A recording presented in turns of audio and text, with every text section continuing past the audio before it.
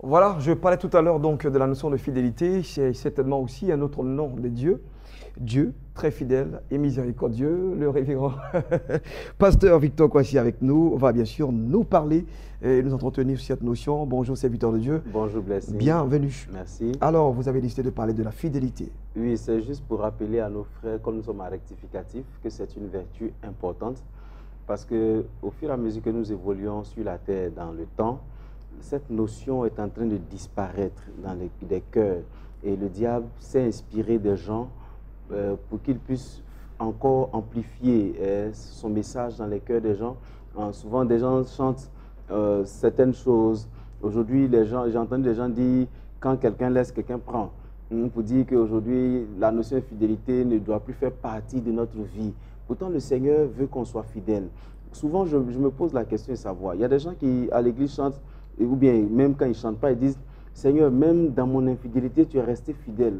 On a l'impression que les gens n'ont pas honte d'être infidèles eux-mêmes. Ou bien ils justifient qu'ils sont chers parce que ce qu'on dit d'habitude, l'esprit est bien disposé, la chair est faible. Et le juste nous relève cette fois. Absolument. Ah ouais. Et quand ils tombent, mais souvent eux-mêmes ils se jettent à terre pour que Dieu puisse les relever. Mais bien, il faut que les gens comprennent que nous devons être fidèles dans tout. Dans nos relations, dans notre mariage, dans notre travail. Parce que la goutte d'eau finit par percer la pierre à force de taper dans le même endroit.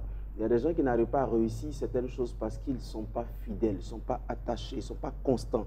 Dans la notion de fidélité, donc, nous avons la constance. Rester là tous les jours, faire la même chose. Nous ne sommes pas pressés. Des gens, parce qu'ils sont pressés, s'en vont dans certains endroits pour pouvoir avoir des choses. Vous savez, quand le diable donne avec la main droite, il en retire beaucoup avec la main gauche. Alors, il faut que les gens comprennent que nous sommes vers la fin des temps.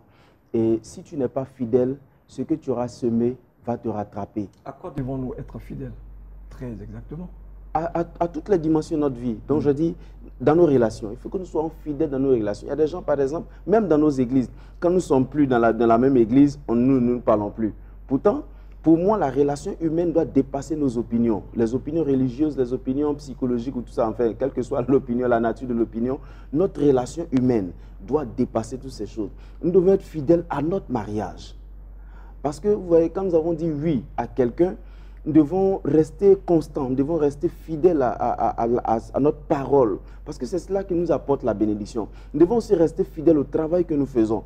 Ce n'est pas la peine de dire, ça me rapporte peu, je vais aller faire un autre. Et puis, à force de changer de travail, on n'arrive pas non seulement à être professionnel dans un travail et à bénéficier des fruits de nos capacités. Alors, il faut qu'on soit fidèle à toutes les dimensions de notre vie. Et même fidèle dans les petites choses. La Bible même dit que si tu n'es pas fidèle dans les petites choses, tu ne pourras pas avoir les grandes. Alors, il faut que nous soyons fidèles vraiment dans tout. En fait, il ne sait pas comment dire à nos frères que c'est une notion qui tient au cœur du Seigneur. Ouais. Et parfois, dans votre explication, on a l'impression que la fidélité ici côtoie pratiquement la loyauté. Oui, absolument. Absolument. En fait, je n'avais pas envie de dire ce mot comme je le dis trop souvent. Mais la loyauté, c'est cela. Parce que dans la loyauté, il y a la fidélité, la sincérité, la franchise, l'honnêteté. Et tout cela, il faut que nous ayons toutes ces vertus-là pour que nous puissions bénéficier du fruit de notre travail. Parce que quiconque sème, moissonne. Et tu moissonnes exactement ce que tu as sémé. Voilà, l'autre révérend pasteur Victor Kwasi a parlé. Je pense que c'est parole d'évangile. Hein. Quand il parle, c'est oui et amen. Parce que tout ce qu'il dit, franchement dit, ça a du poids. Et c'est vraiment la vérité. Alors, votre programme, c'est du lundi au vendredi à partir de 5h30 du matin. Et c'est sur Prier sans cesse, cette émission qui nous fait du bien. Et je voudrais exhorter tous nos frères à nous suivre et à continuer à nous suivre, même si ce sont des rediffusions quelquefois. Mais suivez-nous parce que même la rediffusion peut être une pensée du Seigneur pour notre vie. C'est clair. Voilà, merci donc à vous. Et puis la deuxième séquence de notre magazine est consacrée exclusivement à la réception, à l'échange avec nos différents invités.